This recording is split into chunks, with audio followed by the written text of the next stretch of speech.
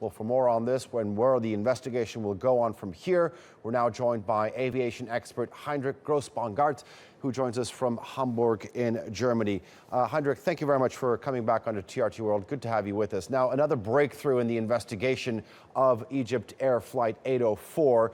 They've been able to find the cockpit voice recorder.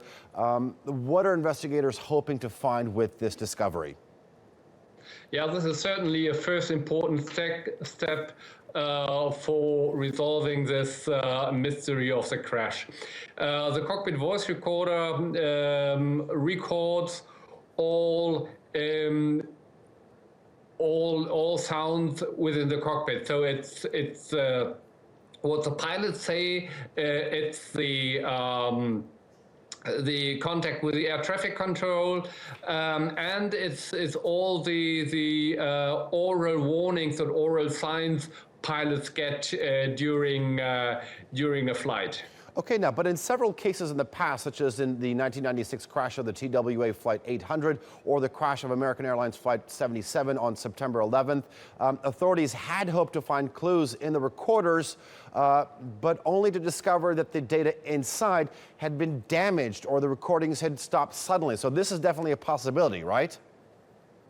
This is definitely a possibility, but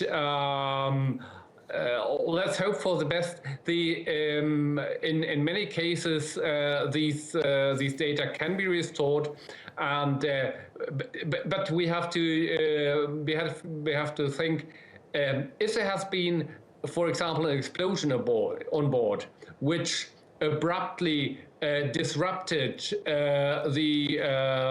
all the electric circuits, then the cockpit voice recorder might have stopped without any sign, without leaving any clues. But the abrupt end of the recording would, of course, be a clue itself. Okay, now the race against time is continuing because experts have said that signals emitted by the other so-called black box, which we're talking about, the flight data recorder, is expected to expire on June 24th. That's in about 8 days' time. So time is of the essence here, isn't it?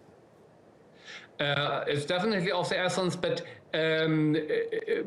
the 30-day time which these boxes send signals are values which have to be proven for certification.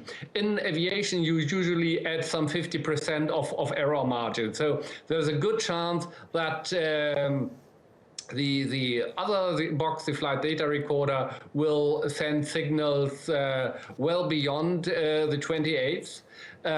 Plus, after the wreckage area has been found, after we know where the wreck is on the bottom of the sea, there's a good chance to even recover the recorder without after it has left, after it has stopped sending the signals. For example, Air France 447. The tragedy which happened in 2008 it took 1 year to find and to recover the recorder, and both were in perfect conditions afterwards. All right, Heinrich Grossbongardt joining us live from Hamburg, Germany, an aviation expert. Thank you for that update.